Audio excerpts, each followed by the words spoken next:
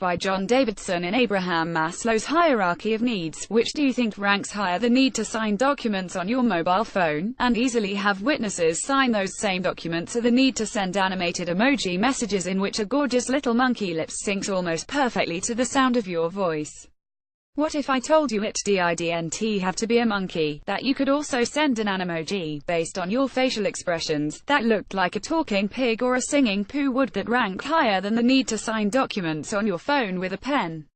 This is the dilemma we face here in the Digital Life Labs, as we contemplate a choice between our two favorite phones of all time: Samsung's Galaxy Note 8, which has the Ozaus full pen that lets you draw, take handwritten notes and sign documents, and Apple's new iPhone X, which has the animated poo. I think I'm leaning towards the poo. The many faces of you. The iPhone X has sensors that detect your facial movements and map them onto animated emojis. Not that I particularly need to send messages to my family and friends that portray me as a singing poo, or a talking alien, or any one of the other animojis that the iPhone X is capable of creating by detecting your facial movements and mapping them onto cartoon images.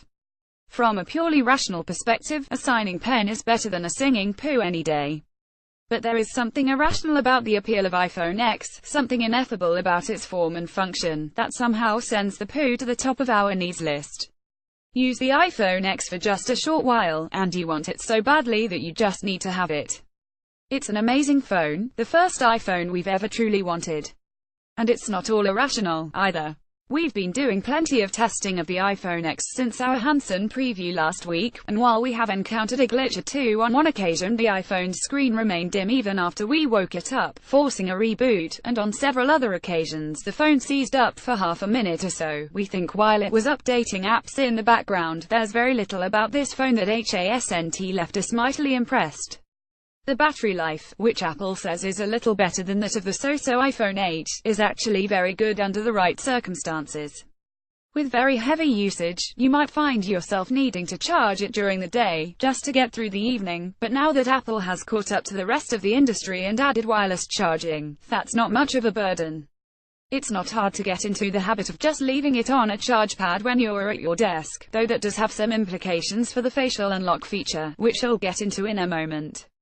But with light usage, say, over a weekend, we found we could get 2 full days out of a single charge. We took the iPhone X off its charger at 8 AM on a Saturday, and it still had 5% charge when we put it back on the charger at 11 PM on Sunday. Obviously your mileage would vary, depending on how many animated emojis you send out. A hell of a lot of cutting-edge technology goes into mapping your facial expressions onto those poos, but for us, being able to sleep at a friend's house and still have enough charge to hail an Uber the next morning is the very definition of enough battery life.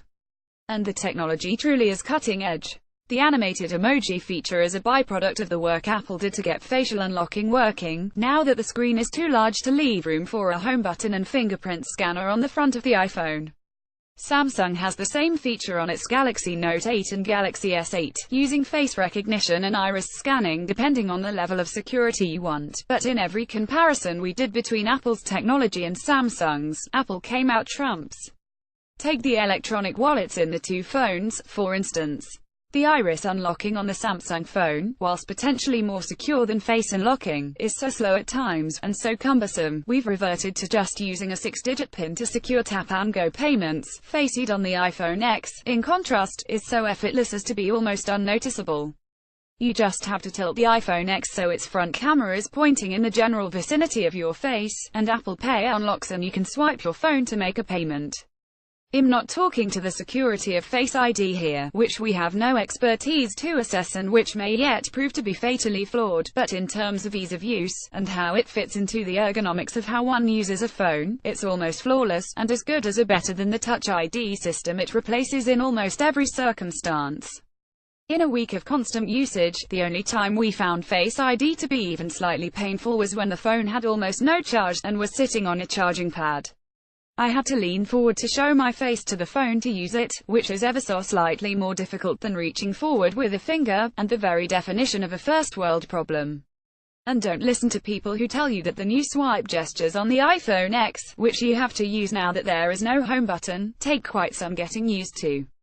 There is one gesture that feels a little counterintuitive, swiping up on the home screen to call up the multitasking display, a gesture that makes perfect sense inside apps but not on the home screen. But for the most part the new gestures are intuitive and easy. It might be because I'm coming from more of an Android background, but to me the swipe gestures are better and easier than the button presses they replace. They take a minute to learn and you'll never want to go back. Which might be true of the iPhone X as a whole, too. I've had a non-disclosure agreement I need to sign in front of a witness, to attend a press conference later in the week. If I had a Galaxy Note 8 with me, getting that sure done would be a breeze.